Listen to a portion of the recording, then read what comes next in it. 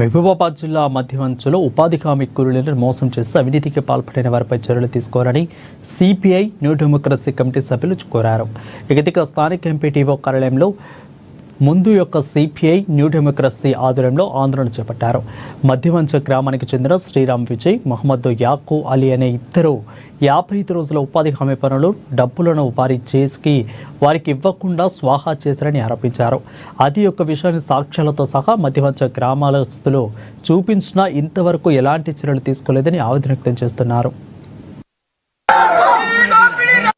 గార్ల మండలం మధ్యవంచ గ్రామ పంచాయతీకి సంబంధించి దరిదాపు ఒక 8 లక్షల రూపాయల దాకా 100 రోజుల పనికి సంబంధించి అవినీతి జరిగిందని చెప్పేసి మనందరికీ కళ్ళగెట్టినట్టుగా ఇక్కడ కనబడతా ఉంది. దీనికి సంబంధించినటువంటి బయోడేటా మొత్తం మండల అధికారులకు ఇవ్వడం జరిగింది. దీని మీద ఇంతవరకు మండల అధికారులు ఎటువంటి చర్యలు తీసుకోలేదు. దానికి సంబంధించిన అధికారులపై ఎటువంటి ఆడిట్ నిర్వహించలేదు. ఈరోజు మేము ఒకటే అడుగుతాను, గ్రామ పంచాయతీ ప్రజలందరం, ఉపాధి హామీ అందరూ కలిసి అడిగేది ఏంటంటే, ఈ 100 రోజుల పనికి సంబంధించిన జరిగినటువంటి అవినీతి పరులైతే ఎవరైతే ఉన్నారో వాళ్ళ మీద వెంటనే పీడీ యాక్ట్ నమోదు చేసి వాళ్ళ మీద క్రిమినల్ కేసు నమోదు చేసి వాళ్ళని లోపలికి పంపాల్సిందిగా కోరుతా ఉన్నాం. వాళ్ళ మీద ఎటువంటి ఎట్లయితే పాల్పడారో వాళ్ళకి మధ్యవంచ గ్రామ పంచాయతీలో ఈసీఎస్లో దొంగలు పడ్డారు.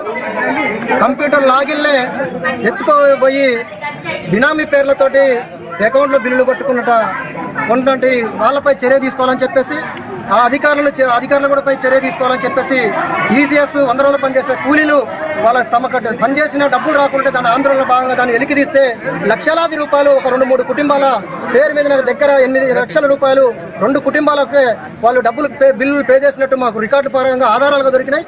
ఆధారాలుగా దొరికిన తర్వాత మేము 10 రోజుల క్రితం ఎండిఓ గారికి పరిశీలన తీసుకొస్తే మేము చర్య తీసుకుంటామన్నారు.